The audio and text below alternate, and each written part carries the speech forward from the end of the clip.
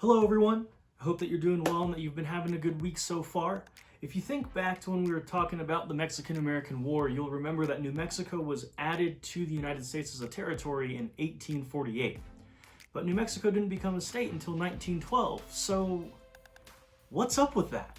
Right? A 64-year wait for New Mexico from becoming a territory to becoming a state. Why did it take so long? Today we're going to talk about New Mexico's struggle to statehood and some of the challenges it faced in becoming a state. Let's go ahead and take a look at our title slide so we can set up the top portion of our Cornell notes, and if you have to pause the video to fill it out, go ahead and do so. So the time that New Mexico spent as a territory of the United States before it achieved statehood is referred to as the territorial era. And again, this lasted from 1848 to 1912, 64 years. So what was the delay? Why did it take so long? And as it turns out, there were 4 things that contributed to New Mexico's prolonged wait to statehood. And those 4 things were false perceptions, New Mexico politics, national politics, and racial prejudice.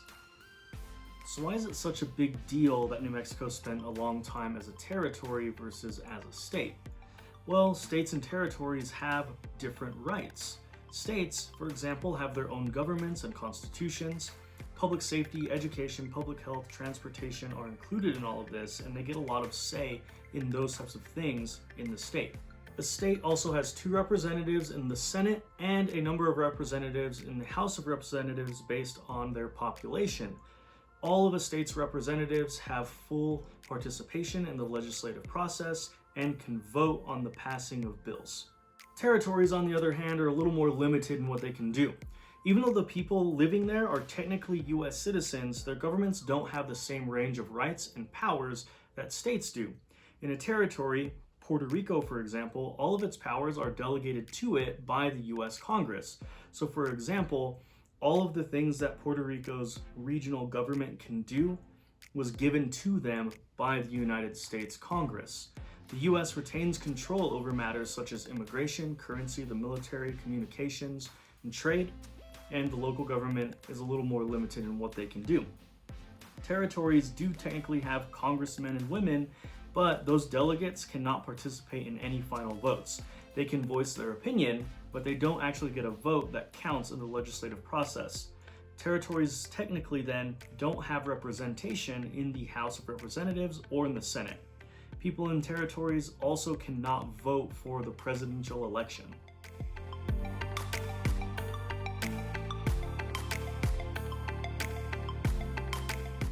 One of the biggest challenges that New Mexico faced in becoming a state was the perception that it was a place of lawlessness and disorder. And this was fueled by the image of the Wild West. People in the East, who had never been to the West, saw this territory as untamed, unsettled, and uncivilized. A place that lacked the rule of law, where problems were solved by a bullet and a gun. When it came to New Mexico, people had heard about outlaws like Billy the Kid. They heard about events like the Lincoln County War, where gunslingers took the law into their own hands and killed one another over a land dispute in a general store. So although yes, some instances of lawless behavior happened, it definitely was not the whole story. But the issue was that it was the only story that people were getting, and that's where the misconception comes from. Let's think about it this way. Imagine a country or another state or another city that has the reputation of being a bad place. Now try to think about why it has that reputation. Probably because you've heard a lot of negative things about that place.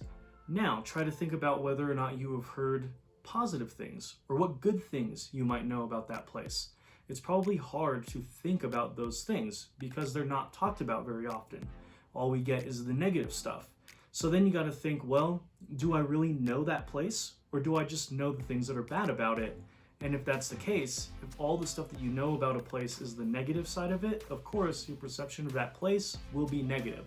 And that's kind of the struggle that New Mexico was facing during its territorial era. Another issue that New Mexico faced was that it was seen as economically inviable. Again, most people had never been here and had to rely on the journals and stories of the people who had.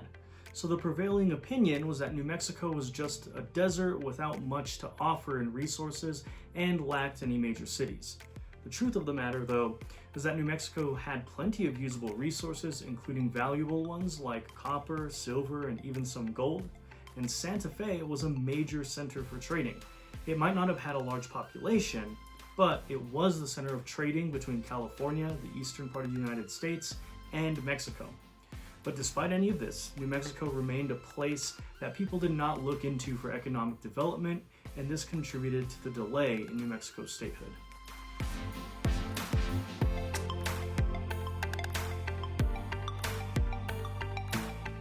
Local politics also contributed to New Mexico's delay in becoming a state.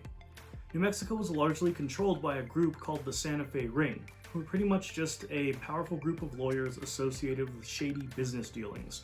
They even had people like sheriffs and politicians paid off. They used this corruption to gain wealth and land. Another element of this was that New Mexico was fairly isolated, and that made it difficult to control. And this had always kind of been the case. Even when New Mexico was part of the Spanish Empire and then later on Mexico, it was always just kind of far removed from places. It took a long time to get to, it was kind of hard to get to, and this just made it to where New Mexico had to operate on its own terms most of the time. And this gave the United States a challenge in keeping a strong presence in the territory, and without that strong presence, the United States didn't feel confident that they were able to control the territory. The US also struggled establishing peaceful terms with all of the Native American tribes in the area, particularly the Navajo and the Apache. And all of this combined together to contribute to the idea that New Mexico was politically unstable and that they weren't ready to become a state.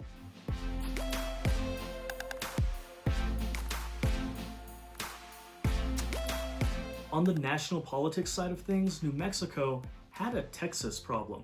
Texas claimed that its western border went all the way to the Rio Grande, and under this claim, all of eastern New Mexico would have been part of Texas. This was important because Texas and New Mexico had differing views on slavery. Texas had already been established as a slave state, and New Mexico was against slavery. This land dispute caused arguments about whether or not slavery would be allowed east of the Rio Grande, and the argument went all the way to the United States Congress. It ended with the Compromise of 1850, where the US paid Texas $10 million to drop its land claims in New Mexico and allowed New Mexico to choose whether or not it would allow slavery in its territory. It didn't. Leading up to the Civil War, slavery dominated the national conversation. Tension between slave states and free states were continuously building, and a lot of the major decisions and laws that were being passed were happening based on that political line. Southern senators would vote against New Mexico's statehood because New Mexico's opposition to slavery. And then, of course, when the Civil War finally broke out, the nation's entire attention had to be given to the fight. There was no other room to talk about adding new states to the Union. After the Civil War ended, the national focus turned to rebuilding the South. The country needed to heal after the war, the South was in shambles, and it needed to be revitalized. For this reason, New Mexico's statehood was largely ignored, and when New Mexico did apply for statehood in this time period, it was just voted down.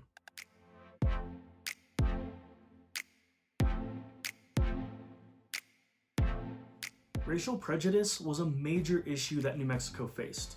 When the US acquired this territory, there were already people living here.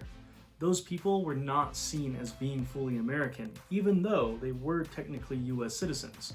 The people here had darker skin complexions, spoke Spanish, they were Catholic, not Protestant, and had a culture that was a mixture of Spanish, Mexican, and Native American, which was very different from the British influence on the eastern part of the country.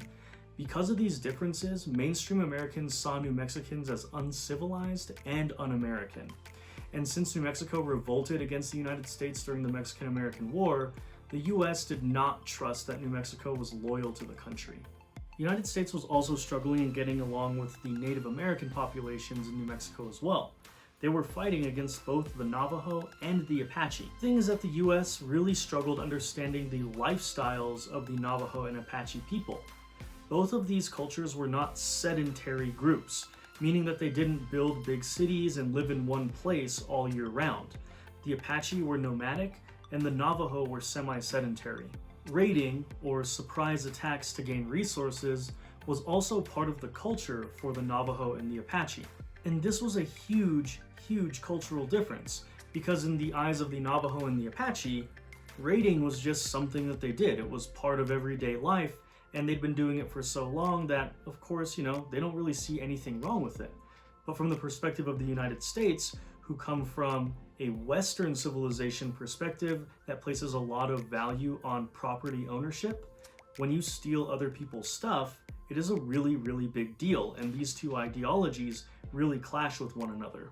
Another thing that the United States had a really hard time understanding was that there was not one single leader that represented the entire group for the Navajo or for the Apache. Both groups were organized into extended family groups called clans, and each clan had its own leader. And if you wanted to have any sort of negotiations or diplomacy with the entire group, you really need to talk to all of the leaders. And so the United States had a hard time crafting treaties with the Navajo and the Apache because of this. They would make deals with one clan leader and think that they had a deal with the entire Navajo group or the entire Apache group. And then when a raid or something like that would happen, the United States thought, hey, these guys are going back on the treaty that they made, when really it was just that they made a treaty with one specific group and not the entire group. New Mexico had the reputation of not being American enough to become a state. There wasn't a large presence of Americans from the East in New Mexico. And to make things worse, the ones that were here contributed to that lawless and corrupt image of New Mexico. New Mexicans and indigenous groups were culturally different, and the US had no interest in understanding those differences. The expectation was that people here needed to Americanize themselves by abandoning their cultures to take on a more mainstream American identity. The US saw the people who lived here in New Mexico as having an inferior culture and way of life. So the idea was that they were actually helping New Mexicans become better by making them change their ways. Thank you all for watching this video. It really is crazy how long New Mexico had to wait to become a state, and how much inaccurate prejudices contributed to that. So as we go forward and you move through your day, we can all take a little advice from our friend Walt Whitman over here. Be curious, not judgmental. Have a good day, everybody.